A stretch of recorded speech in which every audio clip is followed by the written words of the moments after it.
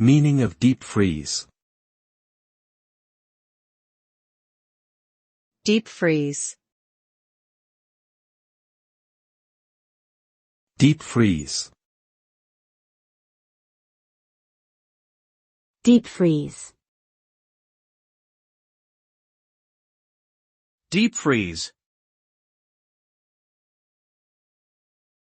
Deepfreeze is a computer software program that enables users to freeze their system configuration, ensuring that any changes made during a session will be discarded upon reboot.